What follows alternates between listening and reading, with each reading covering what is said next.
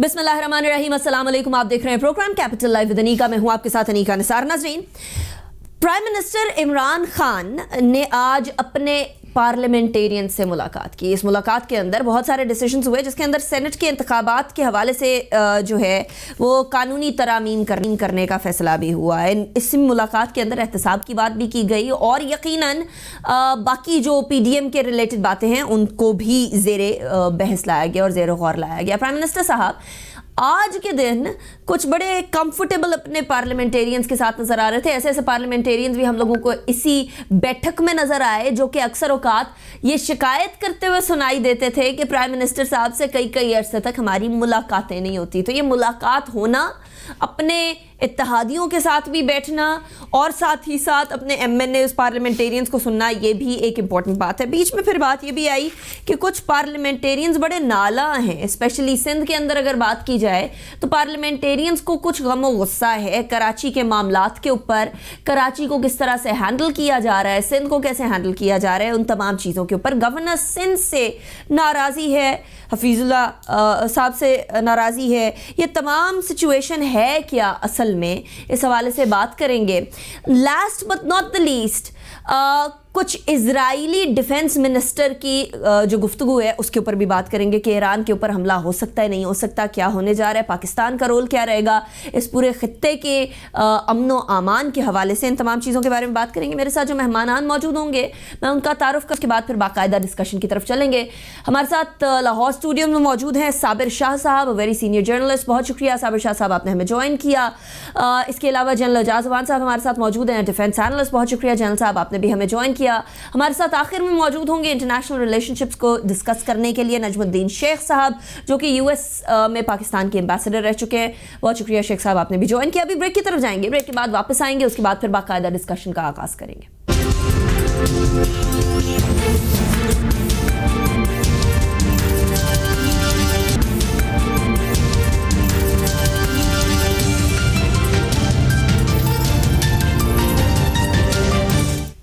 Welcome back after break. Break पे जाने से पहले हम आपके सामने कुछ रख रहे थे मामलात, सेनेट के इंतखाबात, उसके हवाले से कानूनी तरामीम। आज इमरान खान साहब के ज़ेरे सदारत जो है वो पार्लिमानी पार्टी का इजलास हुआ। इस पार्लिमानी पार्टी के इजलास के अंदर बहुत सारे लोगों को सुना गया, जिसके अंदर से मैंने आपको कुछ कहा कि कुछ तो शिकायत करते हुए बसाते खुद मुझसे शिकायत किया करते थे कि वज़ीर आज़म साहब जब से वज़ीर आज़म बने उनसे मुलाकात ही नहीं हो रही। लेकिन आज बैठे हुए नजर आए तो आई थिंक उनके दिल को तसल्ली ज़रूर मिल गई होगी।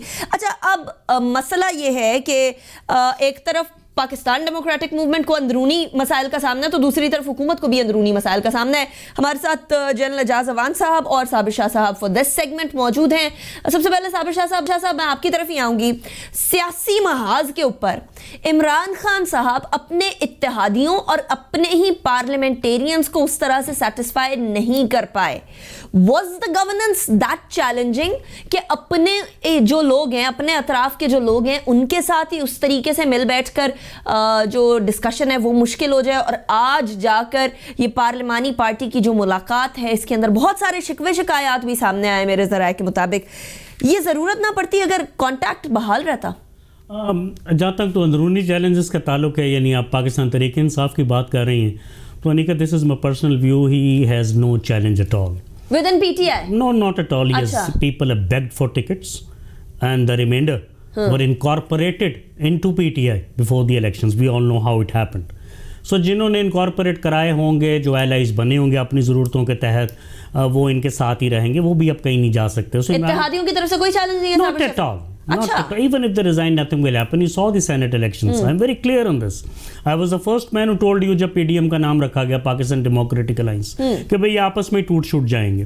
पाकिस्तान में आप पॉलिटिकल मूवमेंट्स को स्टडी करें, सारा कुछ स्टडी करें, तो आप देखेंगे कि ये जितने भी मूवमेंट्स वगैरह होती हैं, ये अमूमन इनको बैक किया जाता है, फाइनेंस्ड भी होती हैं, स्पॉन्सर्ड भी होती हैं, इंस्टीट्यूशन बैक भी करते हैं। ये ऐसी तहरीक है जिसको मेरा नहीं ख्याल कि कोई ताकतवर इंस्टीट्यूशन बैक कर रहा हो। So it is bound to break. कोई चैलेंज नहीं है इमरान खान को। इमरान खान को चैलेंज क्या है? इकोनॉमी। इमरान खान का चैलेंज क्या है? Pretty poor governance despite all the promises and pledges. See, I am hoping against hope کہ چیزیں بہتر ہو جائیں گی. یو سی لیکن اکانومی ڈپ کر رہی ہے, اور اگر ریمیٹنسز بڑھ جائیں اتفاق سے باہر سے آتے ہوئے, ایکسپورٹس ہماری بہتر ہو رہی ہیں اور امپورٹس ہم نے کٹیل کی ہوئی ہیں, تو چلے کرنٹ اکاؤنٹ ڈیفیسٹ تو بہتر ہو گیا, لیکن ہمارے ایکسپینڈیچر اور ریونیو کے اندر بہت زیادہ گیپ ہے, یہ کور نہیں ہو رہا. لا اینڈ آرڈر چیلنجز اتنے سویئر نہیں ہیں جو پہلے تھے, لیکن بہرحال ہیں. جتنے لوگ انہوں نے سیٹوں پہ لگائے ہیں, people have not delivered at all. You want me to name them, I mean I can name them for hours and hours and I can tell you what is happening. چلیں 5-10 نام تو بتا ہی دینا صابر شاہ صاحب, باقی گھنٹے تو نہیں ہے, لیکن 5-6 نام تو بتا ہی دینا. پھر وہی بات ہے, اگر یہ بات کریں گے تو تحریک انصاف ناراض ہو جاتی ہے. ان سے پچھلوں نے بھی کوئی ڈیلیور نہیں کیا, وہ پیسہ کمانے کے معاملے میں سیانے اتنے تھے. ناراض تو صابر شاہ صاحب سارے ہی ہوتے ہیں نا, پھر کون ناراض ہے؟ ناراضی کیا دیکھیں. دیکھیے ناراض ہے کون, وہ ایک چکر لگا لیتے ہیں کسی کے گھر میں, وہ ٹھیک ہو جاتا ہے. وقت گزر رہا ہے, 2.5 سال گزر گئے ہیں. اگر آپ سمجھیں کہ یہاں سے کوئی بندے ٹوٹ کے ادھر چلے جائیں گے تو نہیں ہوگا, تو اس سے زیادہ بندے ادھر سے ٹوٹ کے ادھر آنے کو تیار ہیں. ٹھیک ہو گیا. اچھا جل صاحب, آج سیف اللہ نیازی صاحب گورنر سندھ کے بارے میں بھی کچھ شکوے شکایات کیے گئے. کراچی کو کیسے ہینڈل کیا جا رہا ہے اس کے بارے میں بھی کچھ شکوے شکایات سامنے آئے. جل صاحب, کیا آپ کو لگتا ہے کہ یو اگری ٹو وٹ صابر شاہ صاحب از سیئنگ کہ ود ان پارٹی کوئی چیلنج نہیں ہے, گورننس کا چیلنج ضرور ہو سکتا ہے پاکستان تحریک اکانومی کا بھی؟ آئی تھنک بڑی درست بات انہوں نے کہی ہے. ہمارے ملک کی تاریخ ایسی ہے کہ تمام تر سیاستدان صرف اقتدار میں آنے کے لیے سیاست کرتے ہیں, اور پھر اقتدار میں آ کے وہ جس طریقے سے پار کو یوز اور مس یوز کرتے ہیں وہ ہم سب کو اس کا علم ہے, اس میں کوئی نئی بات نہیں. آپ ان سب میں عمران خان صاحب کو ایڈ کر رہے ہیں یا ان کو اس سے سبٹریکٹ رکھ رہے ہیں؟ بارنگ ون عمران خان, ان کی پارٹی پوری کو نہیں کر رہا ہوں. عمران خان یس, نہ وہ ٹریڈیشنل سیاستدان ہیں, نہ وہ پلنڈر کے لیے آئے ہیں, نہ وہ اپنے خاندان میں سیاست کی روایت چھوڑنا چاہتے ہیں. وہ سنسیئرلی چاہتے ہیں کہ وہ اس ملک کو ریفارم کریں اور کرائسس سے باہر نکالیں. اب اس میں ان کی اہلیت ہے یا نہیں ہے, ان کی فارورڈ پلاننگ تھی یا نہیں تھی, وہ کتنا ہوم ورک کر کے آئے, یہ چیزیں ابھی بہت ساری میرے خیال میں واضح ہو چکی ہیں. لیکن جو ان کے ایلائز ہیں, اب 2.5 ایئرز ان کے ساتھ ایلائز رہنے کے بعد انہوں نے اپنی پوزیشنز بھی لے لی ہیں, وہ اپنے مفاد بھی ان کو سرو کر رہے ہیں جتنا وہ کر سکتے ہیں, یا جتنا عمران خان سے صرف نظر ہو سکتا ہے اس کے ساتھ تو وہ کام چل رہا ہے. لیکن ایم کیو ایم کی شراکت ہو یا مسلم لیگ کیو کی ہو یا جی ڈی اے کے جتنے لوگ ہیں, یہ سب روایتی سیاستدان ہیں, اور انہوں نے جب کبھی الحاق کیا حکومت کے ساتھ, بالخصوص ایم کیو ایم کو تو ہم دیکھتے رہے ان اینڈ آؤٹ ہوتے رہتے ہیں ہر اقتدار میں, ہر حکومت میں. رائٹ, تو اس طرح کے پریشرز آتے رہیں گے. لیکن ایک مسئلہ ہے, وہ یہ ہے کہ وہ چودھری برادران پنجاب کے ایک بڑے پرانے سیاستدانوں کے اندر سے کنسیڈر ہوتے ہیں, اور ان کا بار بار شکوہ اٹھتا ہے کہ ہمیں ڈیسیجن میکنگ کا حصہ نہیں بنایا جاتا. جو چیز ڈسکس ہوئی تھی کہ جو بھی ڈیسیجن ہوگا وہ اتحادیوں کے ساتھ مل کر ڈسکس کر کے ڈیسیجن لیا جائے گا, اس کے اوپر بار بار شکوہ سامنے آ جاتے ہیں, اور پھر علیحدہ ہونے کی باتیں سامنے آنے شروع ہو جاتی ہیں. اختر مینگل صاحب پہلے جا چکے ہیں, ان کے بارے میں کہا جاتا ہے وہ غیر فطری الحاق تھا بیسیکلی پی ٹی آئی کے ساتھ. باقی سارے کیا فطری الحاق ہے؟ دیکھیں, الحاق تو اقتدار میں آنے کے لیے ہے نا. اگر چودھری جن کے ساتھ الحاق نہ کرتے تو وہ کتنی سیٹس لے سکتے تھے. اب تو انہوں نے پی ٹی آئی کے ساتھ سیٹ شیئرنگ کر کے 4 نیشنل اسمبلی کی سیٹس لے لی. اگر وہ انڈیپینڈنٹ الیکشن لڑتے اور ان کے مقابلے میں نون اور پی ٹی آئی کے کینڈیڈیٹس الگ الگ کھڑے ہوتے تو شاید یہ 4 بھی ان کے پاس نہ ہوتی. تو انہوں نے سیٹ ایڈجسٹمنٹ سے فائدہ اٹھایا, پروونشل سیٹس پہ بھی, نیشنل اسمبلی کے بھی. اب ان کے پاس وزارت بھی ہے, وہ اسپیکر پنجاب اسمبلی بھی ہیں, لیکن ان کے ذہن میں ایک بہت پرانا ایک نقشہ ہے وٹو اور بے نظیر کے دور کا, جب منظور وٹو نے چیف منسٹر بن گئے تھے بہت تھوڑی سی سیٹوں کے ساتھ, اور بے نظیر بھٹو کو انہیں چیف منسٹر ایکسپٹ کرنا پڑا تھا. لیکن اب اس طرح کی بات ہو نہیں سکتی کیونکہ ان کی 200 سے زیادہ سیٹس تو پی ٹی آئی کی ہیں. تو وہ کیسے اپنی پارٹی کو کہہ سکتے ہیں کہ وزیر اعلیٰ وہ ہوگا اور آپ سب اس کو فالو کریں گے جس کی اپنی 8 سے 10 سیٹس ہیں ٹوٹل. تو ایسا ہو نہیں سکتا. لیکن میں سمجھتا ہوں کہ ان کو اتحادیوں کی طرف سے باوجود کوئی چیلنج نہیں ہے. یہ اب انہیں چھوڑ کر جانے کی پوزیشن میں نہیں ہے, نہ ان کی نون میں پذیرائی ہوگی, نہ پیپلز پارٹی میں ان کی پذیرائی ہوگی. لہٰذا وہ اپنا زیادہ سے زیادہ شیئر مانگنے کے لیے تھوڑا بہت دباؤ ڈالیں گے لیکن وہ دوبارہ ایز سچ کام نہیں کرے گا, ایز سچ کام نہیں کرے گا because now nobody is going to take them in. Right, sustain کر سکتے ہیں. لیکن میں ہوں کہ عمران خان کا سب سے بڑا چیلنج گورننس ہے, اور جو انہوں نے ایکسپیکٹیشنز کی بار جہاں پہ رکھی تھی اس سے کہیں نیچے ہے ان کی performance. He has to put the house in order. اب وہ کر سکتے ہیں یا نہیں؟ اگر کر سکتے ہوتے اتنا آسانی سے تو ان 2.5 سالوں میں وہ بہت کچھ اچیو کر چکے ہوتے. اب بھی دیر نہیں ہوئی. اگر وہ ریفارمز کی طرف جائیں, بالخصوص ایف بی آر کی اور ٹیکس کی ریفارمز, جوڈیشل ریفارمز اور الیکٹورل ریفارمز, اگر وہ یہی 3 کر جاتے ہیں تو میرے خیال میں بہت بڑی بات. اچھا, آپ نے الیکٹورل ریفارمز کی بات کر دی ہے جنرل صاحب. اب سینٹ کے الیکٹورل ریفارمز جو کرنے کی کوشش ہو رہی ہے, صابر شاہ صاحب اس کی طرف آتے ہیں. انتخابات کو پبلک کرنا یا ایٹ لیسٹ اس کو کسی طریقے سے پکڑا جا سکے کہ کس نے کون سا ووٹ دیا ہے, کس کو ووٹ دیا ہے, اور کہیں ہارس ٹریڈنگ تو نہیں ہو رہی. آپ کو یاد ہوگا لاسٹ جو سینٹ کے انتخابات تھے اس میں پاکستان تحریک انصاف نے اپنے تقریباً 2 درجن اراکین کو سائیڈ پہ کیا تھا, صرف اس لیے کہ ہارس ٹریڈنگ یا پیسہ لینا دینا شروع ہوا تھا. آپ کی نظر میں قانون بنا دینا, کیونکہ سپریم کورٹ کے سامنے تو لے کر گئے ہوئے ہیں پریزیڈنٹ صاحب کا جو فیصلہ تھا, لیکن وہ ابھی تک اس کے اوپر کوئی فیصلہ نہیں آیا سپریم کورٹ کا, یہ کوئی انٹرپریٹیشن سامنے نہیں آئی ہے. ایسی سچویشن میں کیا پاکستان تحریک انصاف سینٹ کے انتخابات کو صاف شفاف بنانے کے قانون سازی کرنے کی سچویشن میں ہے, کنسیڈرنگ پارلیمنٹ کا جو ابھی حال ہے؟ دیکھیے انیکا, قانون سازی تو ضروری ہے کیونکہ senate upper house of parliament ہے اور بل یہاں سے کو پاس نہیں ہو رہا. رائٹ, ایون قومی مفاد کے بل بھی پاس نہیں ہو رہے. دوسری بات ہے, حقیقتوں کو ہم we should not brush them under the carpets. 15 crore روپے سے لے کے 30-35 کروڑ روپے تک کئی سینیٹر پیسے دے کے ٹکٹ لیتے ہیں, چندے دیتے ہیں, فائنانس کرتے ہیں مختلف پارٹیز کو. ان ریفارمز کا یہ تو ہو ہی جائے گا. ریفارمز کی سب سے پہلے ضرورت ہے فارن فنڈنگ ریفارمز, پارٹیوں کی فنڈنگ کیسے ہونی چاہیے. پھر campaign finance laws, I assure you جس طرح ساری دنیا میں ہے اور اس کے باوجود گھپلے ہو رہے ہیں, اگر یہ لاز آ گئے تو یہاں ایک پارٹی بھی نہیں بچے گی. یہ these are very strict laws, اور میں اس بات پہ 2 سال سے بات کر رہا ہوں. ہمیں ضرورت ہے کمپین فائنینس لاز کی, کہ پیسہ کہاں سے آ رہا ہے, چندہ کہاں سے آ رہا ہے, کون لابنگ کروانے کے لیے چندہ دے رہا ہے, کون کارکن کے روپ میں چندہ دے رہا ہے, قبضہ مافیا کتنا چندہ دے رہا ہے, لوکل بدماش کتنا مہینہ دے رہے ہیں لیڈرز کو.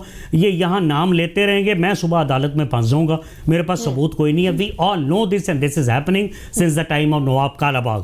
اب نواب کالا باغ, ایوب خان اور عبداللہ روکڑی 3 گہرے دوست تھے. اس زمانے میں بھی لاہور کے اندر 1950s کے اندر نواب کالا باغ کے گھر میں گورنر ہاؤس لاہور میں اچھا شکر والا نام کا ایک لوکل بدماش آیا جایا کرتا تھا. وہ بعد میں فلمیں بنواتے ہیں, اپنے آپ کو گلوریفائی کرواتے ہیں, قبضے کرواتے ہیں, دھمکیاں لگاتے ہیں. قتل ایک نہ خود کیا ہو, بہت سارے کروائے ہوتے ہیں. لاہور میں بدماشی آج کی نہیں ہے میڈم, یہ جنرل اعظم نے 1953 میں جو مارشل لا لگایا تھا قادیانی موومنٹ کے بعد, اس کے بعد انہوں نے بدماشوں کو نکیل ڈالی تھی, لیکن وہ نکیل کچھ عرصہ رہی. یہ سبھی بدماشوں اور قبضہ مافیا کی سپورٹ سے آتے ہیں. اگر کچھ کھوکھر ادھر ہے تو کچھ ادھر بھی ہوں گے. کرتے ہیں, ذرا میں بریک کی طرف جاؤں, بریک کے بعد پھر اس کو کرتے ہیں. قانون سازی کرنی پڑے گی, لیکن جو قوانین ہیں ان کی امپلیمنٹیشن بھی ایک بہت بڑا مسئلہ بنا ہوا ہے. کیمپیننگ کے اندر کتنا خرچہ ہوتا ہے, دیٹس این امپورٹنٹ تھنگ. ہمارے قانون کے اندر تقریباً 15 لاکھ تک اس کے اوپر کیپ لگائی ہوئی ہے, لیکن کون 15 لاکھ اسپینڈ کرتا ہے, کروڑوں اسپینڈ ہو جاتے ہیں ادھر. تو بریک کے بعد بات کرتے ہیں اس کے بارے میں.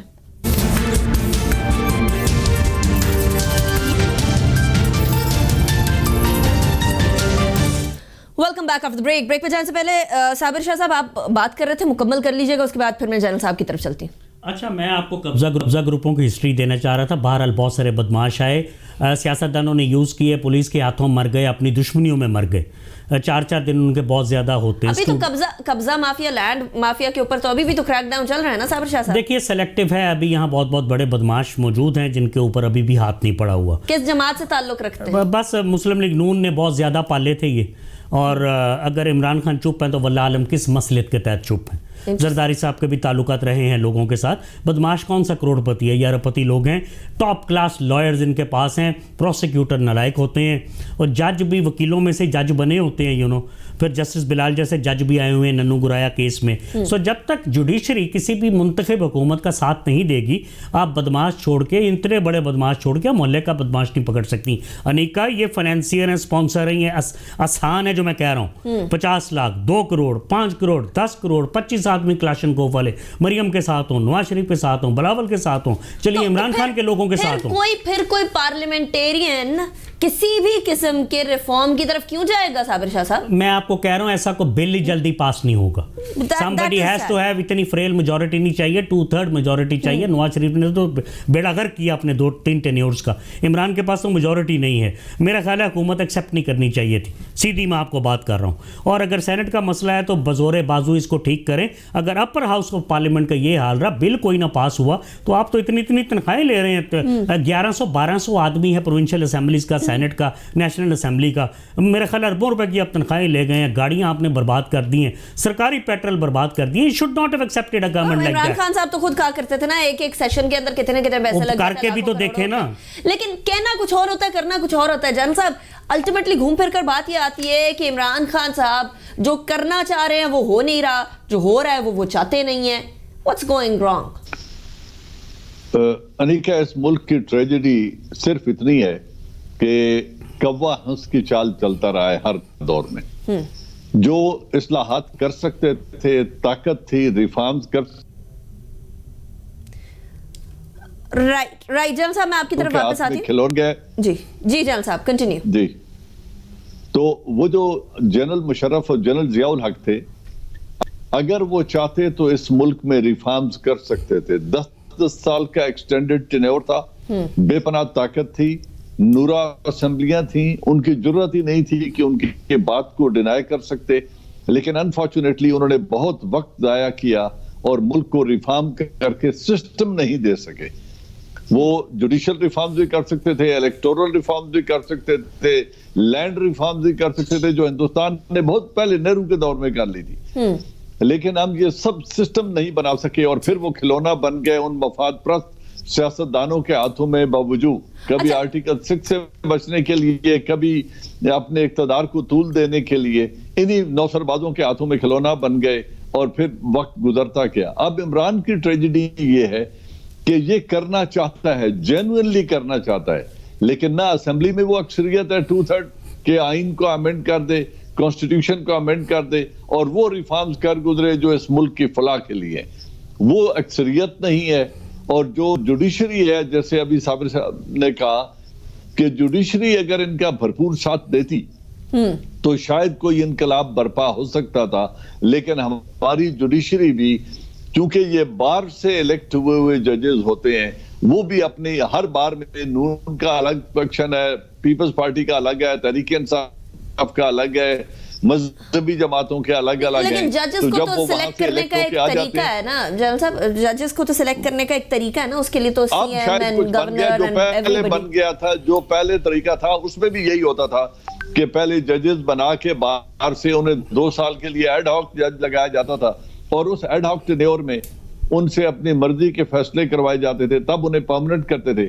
और जो जज 2 साल उनकी मर्जी के फैसले करता था, वो परमानेंट होकर अपनी मर्जी के फैसले क्यों नहीं करे? अच्छा, लेकिन फिर यहाँ सवाल ये पैदा होता है कि हम नए कवानीन की बात कर रहे हैं। जल साहब, साबिर शाह साहब, अभी थोड़ी देर पहले ब्रेक पे जाने से पहले मैं कह रही थी कि जो कानून है उसकी इम्प्लीमेंटेशन हमारे लिए यहाँ एक जान का अजाब बनी हुई है। हम लोगों ने इलेक्शन के टाइम पर 15 लाख 20 लाख तक एक कैप रखी हुई है, वो कैप तो कहीं नहीं जाती है, उसको कैप को टोपी करा दी जाती है अनफॉर्चुनेटली। तो किधर कानून बना भी लें ये लोग, तो इम्प्लीमेंटेशन के अंदर आके फिर आप मुझे बताएं किस चीज का कानून नहीं मौजूद? यहाँ हर जुर्म का कानून मौजूद है। आइन खोल के देखें, सीआरपीसी खोल के देखें, लॉ की किताबें खोल के देखें, आप किसी एक कानून को इंप्लीमेंट करा के दिखा दें मुझे। जैसे जनरल साहब ने फरमाया, मैं उसी तरह अब आ रहा था कि मैं तो सियासतदानों को गालियां दे दे के थक गया, उनके खिलाफ बोल के लिख के थक गया हूँ।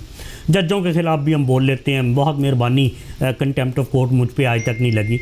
मैं एस्टैब्लिशमेंट के साथ भी मैंने बहुत काम किया है इंटेलेक्चुअली। मैंने उनके साथ जर्नैलों के साथ बैठ के ये बात की, जनाब आपके पास ताकत है, को बोलेगा नहीं, लोग आपको फर्शी सलाम कर रहे हैं, ये 2 काम है छोटे से कर जाएं।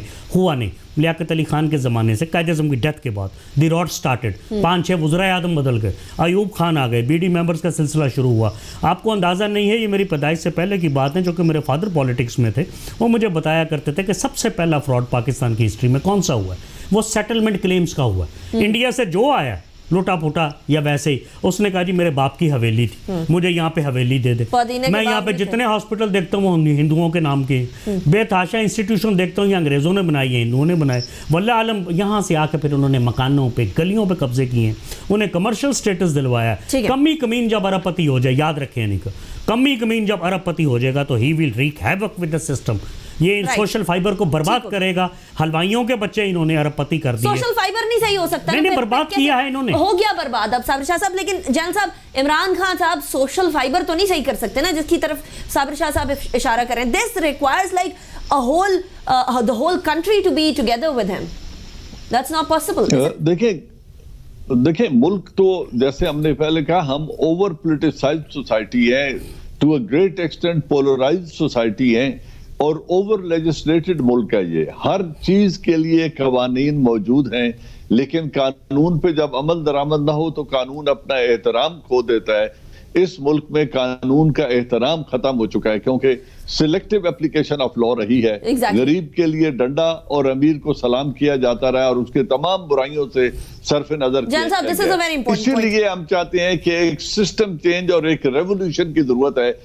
वो रेवोल्यूशन पॉलिटिकल होना चाहिए, और पॉलिटिकल रेवोल्यूशन के लिए मैं जाती तौर पे बड़ा स्ट्रांगली फील करता हूं कि इमरान खान वाहिद आदमी था जो रिवायती सियासत को बदल देना चाहता है।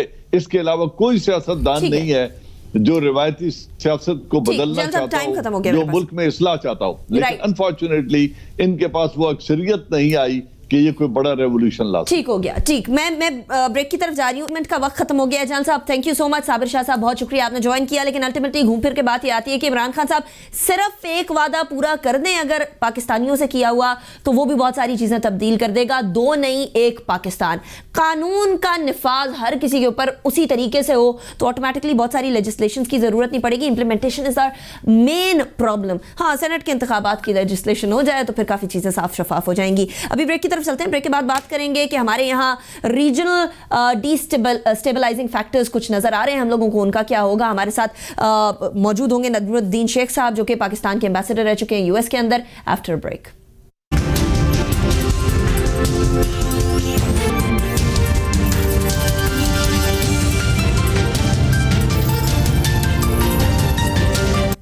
Welcome back after break. नाज़रीन, ब्रेक पे जाने से पहले कुछ पाकिस्तानी सियासत के हवाले से गुफ्तगू कर रहे थे, लेकिन अब जरा चलते हैं बैनुल अक़वामी सतह के ऊपर मामलात बहुत सारे तब्दील होते हुए नजर आ रहे हैं। एक तरफ भारत का मकरू चेहरा बेनकाब होते हुए नजर आ रहा है। यूरोपियन पार्लियामेंट के अंदर भी डिस्कस हो रहे हैं तमाम चीज़ें जो EU डिसइंफोलैब सामने लेकर आई भारत के हवाले से। दूसरी तरफ अफगानिस्तान से इनखला का मामला चल रहा है। जो बाइडन अब क्योंकि सदर बन चुके हैं तो क्या वो ट्रंप के तमाम पॉलिसीज़ को आगे बढ़ाएंगे, या बहुत सारी पॉलिसीज जो उन्होंने एग्जीक्यूटिव ऑर्डर के जरिए तब्दील की, उसके अलावा बहुत सारी और पॉलिसीज होंगी जिनको तो वो तब्दील करेंगे या नहीं। ऐसे में एक और थ्रेट नमूदार हुई है और वो है ईरान को इजराइल की तरफ से। इजरायली डिफेंस मिनिस्टर की तरफ से जो थ्रेट सामने आई है, that is a very serious threat. हमारे साथ नजमुद्दीन शेख साहब मौजूद हैं, पाकिस्तान के एम्बेसडर रह चुके हैं यूएस में। बहुत शुक्रिया शेख साहब, आपने हमें ज्वाइन किया। It's a pleasure having you. Sheikh साहब, सबसे पहले तो जरा कंसिडरिंग कि यूनाइटेड स्टेट्स के अंदर एक चेंज ऑफ regime आया है, and not just a change of regime but a change of thought as well, इसको देखते हुए पाकिस्तान की अहमियत बढ़ेगी या एक बार फिर डू मोर के मुतालबे और भारत को इंपॉर्टेंस दी जाएगी? इस चीज को मद्देनजर रखते हुए कि जब लास्ट टाइम जो बाइडन वाइस प्रेसिडेंट थे तो उस टाइम पर भारत का एक चेहरा बड़ा रोजी था, एक बड़ी रोजी पिक्चर थी, लेकिन अब EU डिसइंफोलैब, कश्मीर और बहुत सारे मामलात में भारत का सेक्युलरिज्म वाला एटलीस्ट नकाब अब खत्म हो चुका है। जी, ये आपका कहना सही है, लेकिन ये याद रखिए कि बाइडेन एक हद तक ट्रंप की पॉलिसी फॉलो करेंगे इस सिलसिले में कि वो चाइना को एक स्ट्रेटेजिक कंपेरेटर समझते हैं। मेरा अपना अंदाज़ा ये है कि स्ट्रेटेजिक कंपेरेटर के हिसाब से उनकी फोकस ज़्यादा रूस पे होगी और चाइना पे कम होगी। चाइना के साथ वो चाहेंगे कि कोऑपरेशन भी हो, कंपटीशन भी हो। वो क्लाइमेट चेंज पे उनसे चाहेंगे कि कोऑपरेशन हो, और मुझे लगता है कि हांगकांग पे उनको गाली गलौज करेंगे चाइना को, लेकिन उस और जो जिनजियांग में सूरत हाल है उस पर भी गाली गलौज करेंगे, लेकिन उसके बावजूद वो चाहेंगे कि किसी किस्म की उनके साथ ताउन भी हो, वो कोऑपरेशन भी हो। और इस सिलसिले में मुझे लगता है कि जिस हद तक वो रूस को अपना राइवल समझेंगे और क्लियर एंड प्रेजेंट डेंजर समझेंगे, वो चाइना के साथ नहीं होगा। और हो सकता है मैं इसके साथ बिल्कुल सर्टिनिटी के साथ नहीं कहा जा सकता कि चाइना के साथ दोनों चीज़ें होंगी, कोऑपरेशन भी होगी, राइवलरी भी होगी, और इसमें वो चाहेंगे कि जो क्वाड है उनकी, ऑस्ट्रेलिया, जापान, कोरिया और अमेरिका, उसको वो बढ़ाएं। लेकिन उसके साथ साथ इसमें चूंकि वो इक्तिसादी पहलू पे फोकस कर ही नहीं सकते, और चूंकि RCEP बन चुकी है, रीजनल कोऑपरेशन इकोनॉमिक पार्टनरशिप, और उसमें सरे फहरस्त चीन है और ये चीन के इर्द गिर्द बनेगी, तो इसमें इक्तिसादी पहलू जो है वो फ्री एंड ओपन स्पेस, ये इंडो पैसिफिक की जो बात करते हैं, उसमें उनको ज़्यादा तरक्की मिलेगी नहीं, क्योंकि आज का दिन इक्तिसादी ताउन का है, इक्तिसादी कोलैबोरेशन का है, ट्रेड बढ़ाने का है। और इसमें जो ममालिक हैं, आसियान के जो ममालिक हैं दूसरे, जिनके साथ अमेरिका चाहेगा कि साहब वो हमारे साथ इत्तेहादी बने और चीन के ख़िलाफ़ काम करें, उसमें उनको ख़ास कामयाबी नहीं होगी। और इसकी वजह से वो शायद इसी पे आ जाएं जो कि प्रेसिडेंट शी जिनपिंग ने कहा है कि साहब हमारी सिस्टम हमारी है, हमें उसको चलाने दें, आप हमारे साथ कोऑपरेट करें, जो ग्लोबल इश्यूज हैं उसके ऊपर कोऑपरेट करें। अच्छा, हमें अपनी सिस्टम शेख साहब, आपने एक बात फरमाई that now is a day of economic cooperation, और अनफॉर्चुनेटली इकोनॉमिक कोऑपरेशन के गाब में बहुत सारे जो क्राइम्स होते हैं वो छुप जाया करते हैं। इकोनॉमिक कोऑपरेशन का गाब भी इजराइल के साथ भी चल रहा है। अब इजराइल के मिलिट्री चीफ कहते हैं कि जो ऑपरेशन ऑन जो ईरान है उसके तमाम प्लान को रिवाइज किया जा रहा है, यानी तैयारी पूरी है इजराइल की ईरान को अटैक। जी, आप इसको भूल जाएं। अच्छा, ये कोई ऐसी चीज होने वाली नहीं है। अच्छा, जो इजराइल करेगा वो सिर्फ में करेगा। शाम में जो भी बेसेस हैं जिनको वो आइडेंटिफाई करते हैं कि ये ईरानी बेस हैं, उस पर वो हमला करने की कोशिश करेंगे। ये कि ईरान पे हमला करेंगे, इसका कोई इम्कान नहीं है मेरी नज़र में। लेकिन शाम में बहुत कुछ कर सकते हैं, वो करेंगे।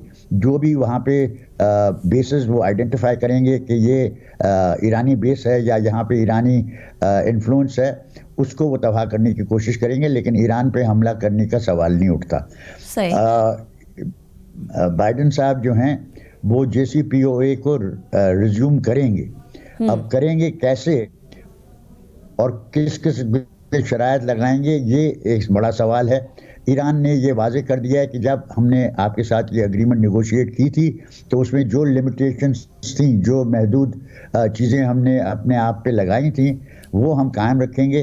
कल आप कहेंगे कि आप JCPOA पे आ रहे हैं, तो जो भी हमने न्यूक्लियर फील्ड में किया है उसको हम रिवर्स कर देंगे, लेकिन एग्रीमेंट की जो बाकी टर्म्स हैं वो वही रहेंगी।